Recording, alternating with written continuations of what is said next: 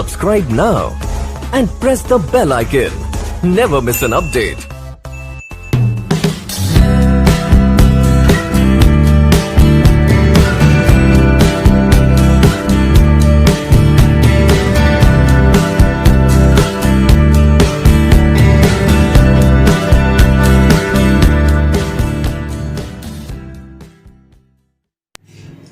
हाँ बच्चों, मेरा टॉपिक कैसा लगा? पिछला जो पढ़ाया था मैंने आपको पृष्ठ रसायन और उपसा संयोजन संख्या जो कि कितने अच्छे से डिस्कस किया हूँ।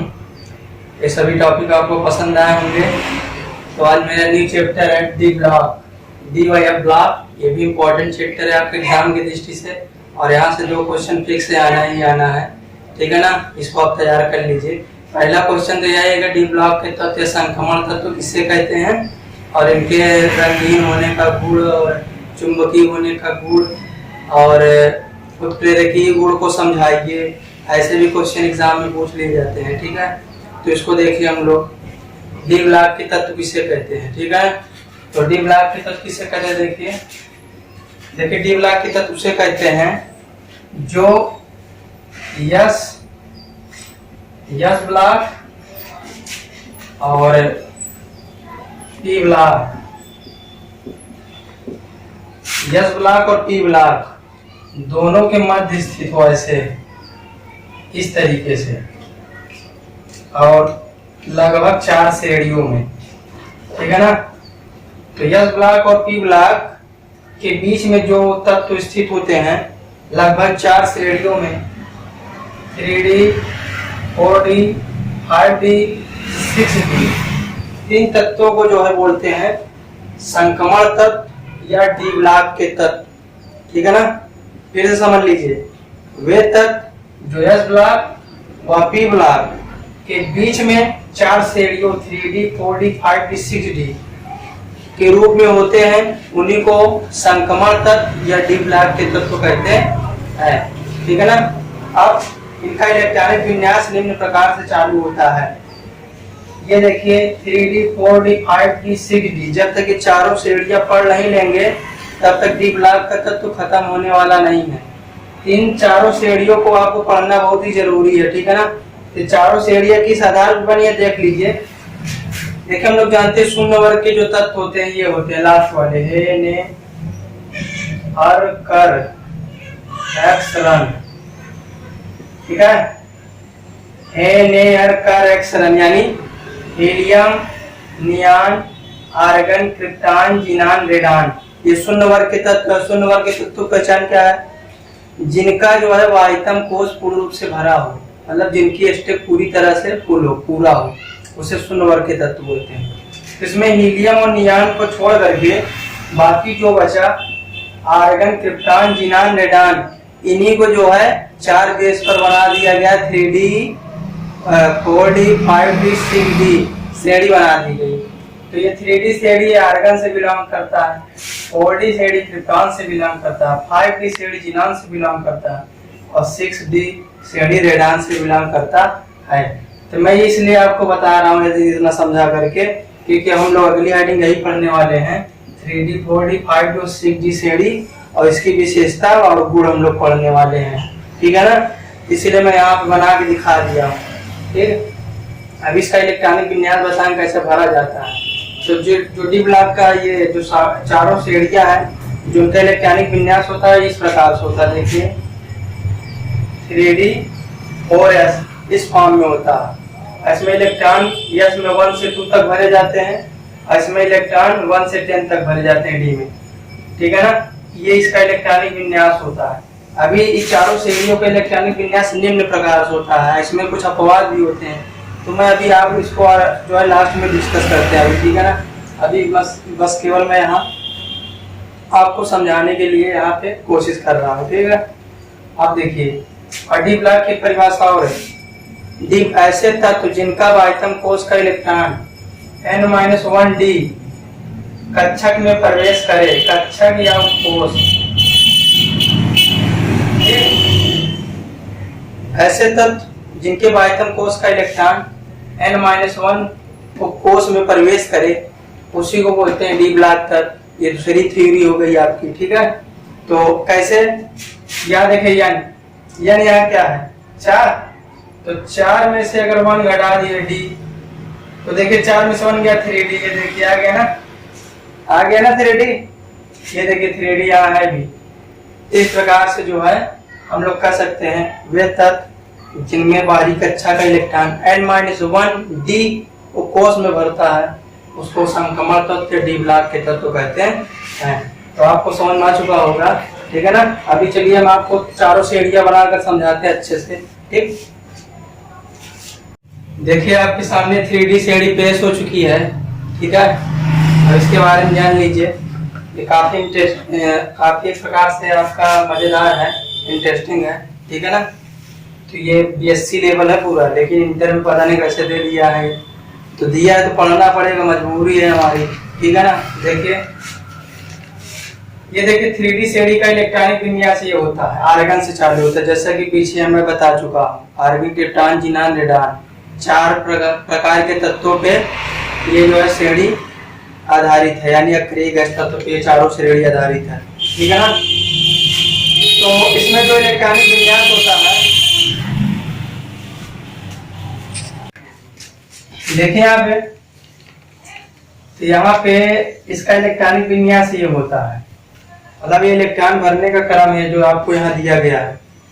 ये 3D 1 से 10 बता रहा है कि जहां जहां डी है वहां 1 2 3 4 5 6 7 8 9 10 तक इलेक्ट्रॉन भरे जाएंगे। और जहां 1 से 2 लिखा है, यानी यस में अधिकतम इलेक्ट्रॉन 1 से 2 भरे जाएंगे, ठीक है। तो देखिए कैसे भरते हैं हम लोग। तो यहाँ पे देखिए, इसमें लेकिन 2 अपवाद होता है, वो आपको याद करना पड़ेगा, जैसे क्रोमियम और कॉपर, ये 2 अपवाद हैं, इसे याद कर लीजिए। इसमें क्या होता है, इसमें एक यस में जो है इलेक्ट्रॉन जो भरे जाते हैं वो एक भरे जाते हैं, नहीं बाकी जितना यस बचता है उसमें इलेक्ट्रॉन 2 भरे जाते हैं, 2 2 2 2 2, ठीक। आप 2 अपवाद याद रख लीजिए कि यस और कॉपर और क्रोमियम में यस में एक इलेक्ट्रॉन भरे जाते हैं, नहीं बाकी सब में 2 2। अब देखिए डी में कैसे भरते हैं, डी का क्रम देखिए। यहाँ पे लिखा 18, और यहाँ पे इसका परमाणु क्रमांक देखिए, 21 से 22 लिखा है, 21 22 23 24 25 26 27 28 और ये 29 और ये 30, ये इसका परमाणु क्रमांक है। स्कैंडियम से लेकर जिंक तक का 30 तक का परमाणु क्रमांक लिखा है, ठीक है। अब देखिए, आप यहाँ देखिए क्या लिखा है 18, और यहाँ क्या लिखा है 21। तो 18 में कितना जोड़ दे 21 आ जाए, तो बोलेंगे 3 जोड़ दीजिए 21 आ जाए। तो 2 तो यहाँ पहले से हम जोड़ के बैठे हैं, तो 18 तो 20 बचा 21, ठीक। अब देखिए, अब यहाँ कितना लाना 22, 18 तो 20, 20 तो 22, 18 तो 20, 20 और 3 23। अब देखिए 18 और 1 19, और 19 और 5 24, ठीक। तो 18 2 20, 20 और 6 26, 18 और 2 20, फिर 7 27, फिर 8, फिर 9। अब यहाँ आ जाइए, 18 1 19, लाना 29, तो यहाँ कितना करना पड़ेगा 10, ठीक है ना। 19 10 29। अब यहाँ पे देखिए 18 तो 20, अब 20 10 30। इस प्रकार से हम लोग इसमें इलेक्ट्रॉन जो है दर्शा के भरते हैं। ये होता है 3D श्रेणी, ठीक है। तो ऐसे इलेक्ट्रॉन भरा जाता है। अब आपके सामने 4D श्रेणी है, इसको देखिए अच्छे समझिए, ठीक है ना। क्या लिखा है, क्रिप्टॉन 36, और इसका इलेक्ट्रॉनिक विन्यास लिखा 4D 1 से 10 और 5 0 से 2। इसमें कहने का मतलब ये बताना चाह रहा है कि जो यस में इलेक्ट्रॉन भरने जाते हैं, यानी जो भरे जाते हैं एक प्रकार से, वो 0 से 2 इलेक्ट्रॉन में फुलफिल किए जाते हैं, ठीक है ना, भरे जाते हैं। इसमें इलेक्ट्रॉन 0 से 2 तक भरे जाते हैं, इसमें इलेक्ट्रॉन 1 से 10 तक जो है भरे जाते हैं डी में, 1 से 10 तक, ठीक है। और एक कुछ आपके सामने ट्रिक लिखा हूँ, ट्रिक ये लिखा हूँ यस के लिए। यहाँ पे देखिए यस के लिए ट्रिक है, 3 4 5 को छोड़ करके नहीं 6 7 8 9, बस यहाँ 5 नहीं है, नहीं बाकी ठीक आपके लिए सही है। देखिए 3 4 6 7 8 9, इसके लिए आपको ट्रिक लिखा हुआ है। इसमें सभी एक एक इलेक्ट्रॉन जो है लास्ट में भरे जाएंगे। और यहाँ पे देखिए 8 लिखा है, 8 यानी 0, ठीक है ना। इसमें यहाँ पे देखिए 8 कैसे बनता है, 8 जब डबल 0 मिला देंगे तो 8 बन जाएगा, ठीक है। यहाँ पे ट्रिक देखिए 3 4, फिर यहाँ 5 नहीं आएगा, 6 7 8 9, ये एस के लिए ट्रिक है, यानी इसमें इलेक्ट्रॉन भरने के लिए ट्रिक है। इसमें एक एक और देखिए 8 में केवल 0 है, ठीक है ना, इसको याद रख लीजिए। देखिए 8 कैसे बना, 8 जब डबल 0 मिला देंगे तो 8 बनेगा, इसलिए 8 में 0, बाकी सब में एक है। तो जहां जहां यस है उसमें आप जो है भर दीजिए इलेक्ट्रॉन को, ठीक है ना। तो यहाँ पे इलेक्ट्रॉन भरिए जो है, देखिए तीसरा यहाँ तीसरा नंबर, ठीक है ना, तीसरा नंबर यहाँ इलेक्ट्रॉन भर दीजिए जो है। देखिए इलेक्ट्रॉन कैसे भरते हैं हम लोग, यहाँ देखिए 3 लिखा है, 1 2 3, 1, फिर 4, 1, फिर 6, यानी यहाँ 1 नहीं भरेगा, यहाँ 1, फिर 7, 1, 8 में 0, 9 में 1। अब इतने को छोड़ करके जितना बचा बाकी सब में 2 2 भर दीजिए, 2 2 और 2 और 2। अब आगे का काम हम भरना सिखाते हैं। देखिए यहाँ लिखा 36, ठीक है, क्या लिखा है 36, 36 और 2 38, और यहाँ लिखा 39, तो यहाँ कर दीजिए 39 हो गया। अब यहाँ देखिए 36 36 2 38, और यहाँ लिखा है 40, तो 2 40। अब देखिए 36 और 1 37, और यहाँ 41 चाहिए, 37 4 41, फिर देखिए फिर 37 और यहाँ 5 42, फिर इसी तरह 6 43। अब यहाँ देखिए 36 1 37, और यहाँ लाना इस बार 44 है, तो कितना करना पड़ेगा, 7 करेंगे तभी आएगा। फिर यहाँ पे 45 लाना है तो 8, फिर यहाँ देखिए 36 और 36 निकाल जो मतलब 46 आ जाए, तो आप बोलेंगे यहाँ पे 9 जोड़ दीजिए, तो 36 और 9 जोड़ेंगे ना आएगा 45 या 10। अब यहाँ देखिए 36 था, और 36 में हम लोग यहाँ डी में क्या करते हैं कि यहाँ पे 46 आ जाए, तो बोलेंगे आप जो है यहाँ 10 भर दीजिए, ठीक है ना। और ये इससे पहले ये सब चेक कर लीजिए, ये सब सही है, हाँ तो सब सही है। यहाँ पे देखिए, अब यहाँ देखिए 36 और 1 37, और लाना है 47, तो यहाँ 10 कर दीजिए। फिर यहाँ देखिए 36 और 2 38, और यहाँ फिर 10 कर दीजिए, 38 10 48। तो ये आप देख रहे हैं इस तरीके से इसमें इलेक्ट्रॉन जो है भरे जाते हैं, ठीक है। अगर आप एग्जाम में आगे 3D CAD 4D CAD समझाएंगे तो आप इस तरह लिख के समझा देंगे। तो बताना है कि 3D 4D 5D इन सीढ़ियों में 10-10 तत्व होते हैं, और उनको जो है निम्न प्रकार से इलेक्ट्रॉनिक विन्यास के द्वारा दिखाया जाता है। ऐसे करके पूरा दिखा देना है, ठीक। अब आपके सामने 5D सीढ़ी है, इसे देखिए, ये भी मजेदार ही सीढ़ी है। ये थोड़ा सरल है, क्योंकि इसमें जो है हमको उतना याद करना नहीं पड़ता, ठीक है ना। बस आप इतना याद कर लीजिए, हो गया ट्रिक। यस के लिए 49, यानी चौथे और 9वें पद में एक एक जो है भरा जाएगा यस में, ठीक है ना। और यहाँ पे देखिए ये इसका इलेक्ट्रॉनिक विन्यास है, इसमें एक यफ भी आ जाता है।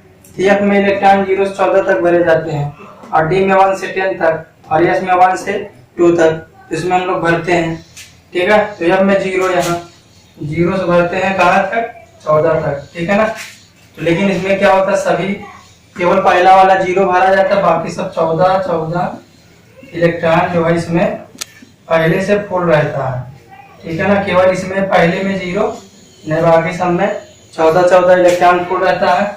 अब इसमें चौथे और 9वें पद में एक एक भर दीजिए, चौथे और 9वें, यानी 4 5 6 7 8 9। अब बाकी जितना बचा उसमें 2 2 भर दीजिए, 2 इलेक्ट्रॉन भर दीजिए। अब बचा डी वाला, तो डी वाली की कूलिंग जो है ये इसी प्रकार से हम लोग करते हैं, यहाँ जोड़ करके, ठीक है ना। देखिए कैसे करते हैं। 49 और 2, 49 तो कितना हो गया 56, 56 और 0 यानी 56 ही। और यहाँ लाना कितना है 57, 57 लाना है। 56 में क्या जोड़ दे 57 आ जाए, बोले एक जोड़ दीजिए, ठीक है। अब देखिए यहाँ पे फिर 5 4 कितना हो जाएगा, 5 4 54 और 54 2 56, 56 में 14 ऐड करिए तो 70 हो जाएगा। अलाना कितना आपको देख लीजिए 72, यहाँ 2 कर दीजिए, ठीक। फिर इसी तरह इसमें ये हो जाएगा, देखिए 70, आपके 73 लाना है तो यहाँ 3 कर दीजिए, तो फिर 74 लाना है तो यहाँ पे देखिए, यहाँ पे इस बार जो है 55, 54 और 55, अब 55 और 14 कितना हो गया 69। तो हम लोग 55 और 14 जोड़ दिए तो 69 आ गया। और लाना कितना है यहाँ पे, यहाँ 74 लाना है तो 69 में कितना जोड़ दे 74 आ जाए, बोलेंगे 5 जोड़ दीजिए, ठीक। फिर देखिए 14 और 2 कितना हो गया 16, 16 और 54 70, 70 में क्या जोड़ देगी यहाँ पे 75 आ जाए, तो बोलेंगे 5, फिर 76 आने के लिए 6, 77 आने के लिए 7, 78 आने के लिए 8 और 79 आने के लिए यहाँ पे 9, 9 कहाँ, एक यहाँ कम हो गया ना इसलिए 10, और यहाँ पे 80 लाने के लिए यहाँ फिर भी 10 के यहाँ बढ़ गया। ये होता है इसका इलेक्ट्रॉनिक कॉन्फ़िगरेशन रूल, ठीक है ना। इस प्रकार से ऐड करके निकाला जाता है, ठीक। हार्ड डिस्क एडी का इलेक्ट्रॉनिक विन्यास देखिए। इसका इलेक्ट्रॉनिक विन्यास रेडान से चालू होता है 86 से, लास्ट से डी ब्लॉक की। इसमें जो इलेक्ट्रॉन भरे जाते हैं 0 से 14 एफ में, इसमें भी अब कक्षक प्रेजेंट रहता है। और डी में 1 से 14 इलेक्ट्रॉन भरे जाते हैं, और एस में 1 से 2 इलेक्ट्रॉन भरे जाते हैं। मतलब एक से जो है 2 इलेक्ट्रॉन में भरे जाएंगे, ठीक है ना। ये लास्ट श्रेणी है। इसमें यहाँ कुछ ही तत्वों का जो है यहाँ पे दिखाया गया है, ठीक। ये 2 है यहाँ पे, और ये इसका इलेक्ट्रॉनिक विन्यास आपके सामने लिखा है, बहुत छोटा है। इसमें पूरे तत्वों का इलेक्ट्रॉनिक विन्यास नहीं किया जाता है, केवल बस यहाँ जितना पावर लगा दे 4, और यहाँ जो है 4, लेकिन बुक में दिखाया नहीं पूरा, केवल यहाँ 2 3 4 टू करके दिखा दिए, काम खत्म। तो यहाँ एक्टिनियम का दिखाया है, रदरफोर्डियम का दिखाया है और हाफनियम का दिखाया है, बस 3 एलिमेंट का दिखाया है, हो गया ये, ठीक है ना। श्रेणी कंप्लीट हो गई आपकी। हमारी अगली हेडिंग है डी ब्लॉक के गुणधर्म, जो कि वेरी इंपॉर्टेंट है, ये एग्जाम में आता भी है। अब पहला क्वेश्चन वहाँ ही बता चुका हूँ कि डी ब्लॉक के तत्व संक्रमण तत्व किसे कहते हैं, और उसी के आगे क्वेश्चन जोड़ देगा। तो ये क्वेश्चन साथ में आता है और हर साल आएगा, फिर से आना ही आना है, ये नहीं आएगा पैसा वापिस डायरेक्ट। देखिए उत्प्रेरकी गुण क्या है, उत्प्रेरकी गुण किसे कहते हैं, उत्प्रेरक किसे कहते हैं, उत्प्रेरक बता भी चुके हैं। उत्प्रेरकी गुण, उत्प्रेरक उसे कहते हैं जो अभिक्रिया की दर को बढ़ाते हैं या घटाते हैं, लेकिन स्वयं परिवर्तित नहीं होते हैं। तो इसमें कुछ डी ब्लॉक के तत्व है जो उत्प्रेरक का काम करते हैं, जैसे iron, cobalt, nickel, copper, zinc, molybdenum, और ये जितने भी मतलब है परमाणु क्रमांक 21 वाले, स्कैंडियम से लेकर के dot dot dot dot zinc और उसके आगे तक जितने भी एलिमेंट है वो उत्प्रेरक होते हैं, ठीक है, उत्प्रेरक का काम करते हैं, ठीक। तो डी ब्लॉक के कुछ अधिकांश तत्व जो है उत्प्रेरक होते हैं, और उत्प्रेरक का काम ही अभिक्रिया की दर को बढ़ाना या घटाना, लेकिन स्वयं परिवर्तित नहीं होना, ठीक। तो आपको उत्प्रेरकी गुण समझ में आ गया होगा, ठीक है ना। आप उत्प्रेरक वाला चैप्टर देख लीजिए, मेरा एक बनाया हूँ टेस्ट आसान, उसमें आपको उत्प्रेरक समझ में आ जाएगा। धात्विक गुण क्या है, धात्विक गुण यानी धातु।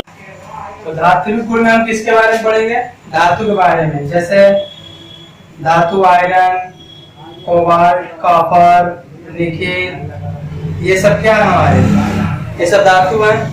तो डी ब्लॉक के अधिकांश तत्व धातु होते हैं, लेकिन डी ब्लॉक में एक ऐसा तत्व है जैसे मरकरी। मरकरी एक द्रव धातु है, क्या है, एक द्रव धातु है। मरकरी को छोड़ करके बाकी सब जितने धातु हैं वे सब ठोस धातु है। ये सब ठोस धातु है। मरकरी क्या है, द्रव धातु है। धातु विशेषता क्या है, धातु में चमक होती है, धातु में आघात वर्धनीयता होती है, ठीक है ना, और धातु में तनने का गुण होता है, ठीक। ये सब धातु के गुण हो गए, ठीक है ना। धातु में तनने का गुण, आघात वर्धनीयता का गुण, चमकने का गुण, ये सभी धात्विक गुण होते हैं डी ब्लॉक में, ठीक। तो डी ब्लॉक में आपको समझ आ गया होगा। अब अगली हेडिंग आर्थिक अवस्था परिवर्तित सहजकता, इसके बारे में हम आपको बताते हैं, ठीक। तो डी ब्लॉक में हमारा जो अगला गुणधर्म है आंशिक अवस्था और परिवर्तित सहजकता, ठीक। तो डी ब्लॉक के तत्व जो है निम्नलिखित आंशिक संख्या व परिवर्तित सहजकता प्रदर्शित करते हैं, ठीक है ना। यह हमेशा चेंज होते रहते हैं, इनकी जो है आंशिक संख्या व सहजकता नियत नहीं होती। जैसे स्कैंडियम की बात करें तो +2 +3, टाइटेनियम की बात करें +2 +3 +4, वेनेडियम की बात करें तो +3 +4 +5 +6, ठीक। इस तरीके से डॉट डॉट बढ़ता रहता है आगे, फिर +3 +4 +5 +6, इस तरीके से डॉट डॉट इसकी जो है आंशिक संख्या में परिवर्तन देखने को मिलता है, ठीक है ना। क्यों, क्योंकि इसका बाहरी कोश स्थायी नहीं रहता है। जैसा कि आपको मैं पिछले चैप्टर में यानी ये 3D 4D 5D 6D जो चारों श्रेणियां बताया हूँ, उसमें आप खुद देख सकते हैं कि वहाँ बाह्यतम कोश में इलेक्ट्रॉन प्रायः 0 से लेकर के 14 तक या 0 से लेकर 10 तक भरे जाते थे। इस प्रकार से आप परिवर्तित सहजकता प्रदर्शित करेंगे, ठीक। अब अगली हेडिंग है चुंबकीय गुण। तो डी ब्लॉक के तत्वों में चुंबकीय गुण किस प्रकार से आता है, ठीक है। तो चुंबकीय गुण को हम लोग इस तरीके से प्रदर्शित करते हैं फार्मूले के द्वारा, μ0m √n और ब्रैकेट में n+2 और बोर मैग्नेटान, बी से बोर, एम से मैग्नेटान, क्योंकि इसको बोर ने जो है डिस्कस किया था, बोर नामक वैज्ञानिक ने, ठीक है। तो n क्या है, जहाँ n बराबर अयुग्मित इलेक्ट्रॉन की संख्या, अयुग्मित इलेक्ट्रॉन की संख्या। तो आपसे पूछा जाए अयुग्मित इलेक्ट्रॉन की संख्या में, तो यहाँ चुंबकीय गुण जो है हम लोग इस फार्मूले से प्रदर्शित करते हैं, μ0m बराबर √n+2 bm। bm क्या है, बोर मैग्नेटान, इसको बोर ने जो है इस फार्मूले को सिद्ध किया था। और n क्या है, अयुग्मित इलेक्ट्रॉन की संख्या। तो चुंबकीय गुण में हम लोग दो चीज के बारे में डिस्कशन करेंगे। एक तो यहाँ पे हम लोग प्रतिचुंबकीय और दूसरा हम लोग अनुचुंबकीय। इन जो है दो गुण के बारे में हम लोग डिस्कस करेंगे, ठीक। तो प्रतिचुंबकीय क्या है, प्रतिचुंबकीय उसे कहते हैं जिसमें बाह्यतम इलेक्ट्रॉन जो है पूर्ण रूप से भरा हो, ठीक है ना, जिसमें बाह्यतम इलेक्ट्रॉन पूर्ण रूप से भरा हो। जैसे जिंक का परमाणु क्रमांक कितना होता है, 30। अब इसका इलेक्ट्रॉनिक विन्यास लास्ट में कितना होता है, 3d10। लास्ट में देखिए डी में 10 इलेक्ट्रॉन फुल है, इसलिए जिंक क्या है, प्रतिचुंबकीय है, ठीक है। इस तरीके से हम लोग प्रतिचुंबकीय और अनुचुंबकीय की व्याख्या करते हैं, ठीक। अनुचुंबकीय में ले लीजिए, जैसे हम ले लेते हैं एक प्रकार से अनुचुंबकीय का, जैसे हम ले लिए एक प्रकार से एग्जांपल में, इसी में से ले लीजिए कोबाल्ट ले लीजिए, चाहे निकेल ले लीजिए, कोई भी एग्जांपल ले लीजिए। कोबाल्ट होता है एटॉमिक नंबर 27, इसका बाह्यतम कोश का इलेक्ट्रॉनिक विन्यास क्या होगा, 3d7। अब देखें यहाँ फुल नहीं है, यहाँ पे 3d7 इलेक्ट्रॉन है, तो 3d7 इलेक्ट्रॉन होने का कारण क्या है, अयुग्मित है, ठीक। जिसमें अयुग्मित इलेक्ट्रॉन हो, जिसमें अयुग्मित इलेक्ट्रॉन हो उसको मैं बोलूंगा अनुचुंबकीय पदार्थ या अनुचुंबकीय तत्व, और जिनमें युग्मित इलेक्ट्रॉन हो यानी जिसका बाह्यतम कोश पूर्ण रूप से भरा हो उसे बोलेंगे प्रतिचुंबकीय पदार्थ। इसमें दो तत्व अपवाद होते हैं, जैसे क्रोमियम और कॉपर, ये दोनों अपवाद हैं। ये दोनों, इन दोनों में से कॉपर क्या है? प्रतिचुंबकीय है। कॉपर क्या है? प्रतिचुंबकीय है, ठीक है ना। कॉपर क्या है? प्रतिचुंबकीय है। क्रोमियम भी क्या है? प्रतिचुंबकीय है। क्यों? क्योंकि इनके बाह्यतम कोश का इलेक्ट्रॉनिक विन्यास भरा होता है, इसलिए। ठीक, मेरा क्वेश्चन देखिए, निकिल 28 के चुंबकीय आघूर्ण की गणना कीजिए, ठीक है ना। तो हम लोग कैसे करते हैं? अभी आपको चुंबकीय आघूर्ण निकालने का फार्मूला बताया था, mu not mu M equal to under root में n प्लस 2 और bm यानी बोर मैग्नेट्रॉन, ठीक है ना। तो हम लोग क्या करते हैं, निकिल का जो है पहले इलेक्ट्रॉनिक विन्यास लिखते हैं बाह्यतम कोश का। तो बाह्यतम कोश का इलेक्ट्रॉनिक विन्यास 3D8, मैं ये 3D शेडिंग बता चुका हूँ, वहां से मैं देख के लिखा हूँ इसको। अब इसको मैंने ऐसे लिख दिया, ठीक है ना। अब देखिए, ये डी में जो है 5 कक्षक होते हैं, 1 2 3 4 5, और इसका इलेक्ट्रॉनिक विन्यास देखिए भरते हैं। 8 इलेक्ट्रॉन भरना है, 1 2 3 4 5 6 7 8 इलेक्ट्रॉन हो गया। तो कितने जो है छूट गए, यानी पेयर नहीं बना पाए, जोड़ा नहीं बना पाए, तो आप बोलेंगे 2 जो है अयुग्मित इलेक्ट्रॉन है इसमें, जो कि जोड़ा नहीं बना पाए हैं। ठीक, 1 2 3 2। अब यहाँ पे हम लोग इस फार्मूले में पुट कर देते हैं, जहाँ जाने वहाँ 2 रख देते हैं, 2 2 2 कर लिया। अंडर रूट 8 को लिख दे 2√2, और 2√2 की वैल्यू थी 1.414, और मल्टीप्लाई करा दीजिए 2.828 बोर मैग्नेट्रॉन, ये जाएगा आंसर। ठीक, अब देखिए अगला आइटम क्या कह रहा है, यानी अगला गुणधर्म हमारा है 5वां, रंगहीन यौगिक बनाना, ठीक है ना। तो रंगीन यौगिक बनाने के लिए 2 कंडीशन है, ठीक है। तो 2 कंडीशन कौन कौन सी है? या तो इलेक्ट्रॉन पूरा जो है फुल हो जाएंगे, या तो आधे फुल होंगे, या तो फुल ही नहीं होंगे, ठीक है ना।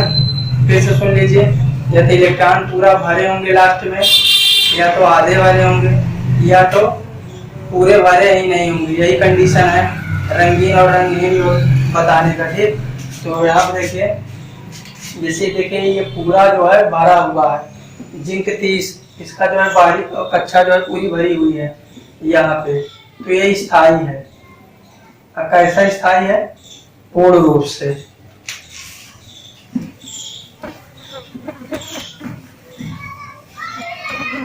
पूर्ण रूप से स्थायी, पूर्ण स्थायी। अब देखिए ये क्रोमियम, इसका इलेक्ट्रॉनिक विन्यास है बाह्यतम कोश का, तो ये भी स्थायी है। क्यों? क्योंकि 10 का आधा 5 होता है, इसलिए स्थायी है, आधा स्थायी है। तो इसे बोल सकते हैं अर्ध रूप से स्थायी। ठीक, तो मेरी बात सुन लीजिए, जो पूर्ण रूप से स्थायी और जो अर्ध रूप से स्थायी होते हैं, वो प्राय जो है रंगहीन यौगिक बनाते हैं। क्या बनाते हैं? रंगहीन यौगिक। ठीक, उनका कोई विशेष कलर जो है नहीं होता है, रंगहीन यौगिक बनाते हैं। अब जो न तो पूर्ण रूप से स्थायी है, न तो अर्ध रूप से स्थायी, एग्जाम्पल के तौर पे ये देख लीजिए, तो ये रंगीन यौगिक बनाते हैं। क्या बनाते हैं? रंगीन यौगिक।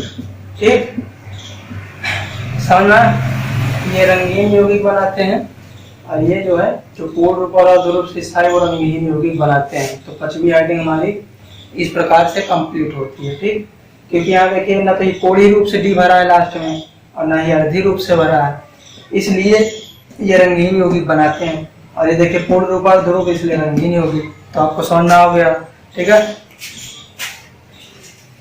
तो मेरे प्यारे मित्रों, आप अगली हेडिंग देख सकते हैं बोर्ड पर, लेंथेनाइट श्रेणी के तत्व, इसी को ही एफ ब्लॉक के तत्व कहते हैं, या इसी को ही आंतरिक संक्रमण तत्व कहते हैं। आंतरिक संक्रमण तत्व क्यों कहते हैं?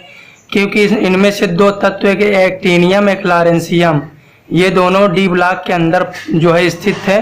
तो वहाँ से हटा करके इनको एक अलग श्रेणी जो है सबसे नीचे एफ ब्लॉक में बना के रख दिया गया है 2 भाग में, जिसे एक्टिनाइट और लेंथेनाइट कहते हैं। ठीक है ना, तो आपको समझ में आ गया होगा। तो यहाँ देखिए लेंथेनाइट की सीरीज जान लीजिए, लेंथेनाइट श्रेणी क्या है। तो लेंथेनाइड श्रेणी के तत्व उसे कहते हैं जिनमें बाह्यतम कोश का इलेक्ट्रॉन N-2 4F कक्षक में प्रवेश करे। वहाँ बोर्ड पे आप देख सकते हैं N-2 F कक्षक में प्रवेश करे, इसी को बोलते हैं लेंथेनाइड श्रेणी के तत्व, ठीक है ना। इसमें बाह्यतम कक्षा के इलेक्ट्रॉन F में जाता है, इसलिए इसे F ब्लॉक के तत्व कहते हैं, ठीक है ना। बाह्यतम कक्षा का इलेक्ट्रॉन F जो है वो कोश में जाता है, इसलिए इसे F ब्लॉक के तत्व कहते हैं, ठीक है। परमाणु क्रमांक 58 से लेकर 71 तक के तत्व आपके सामने लिखे हुए हैं।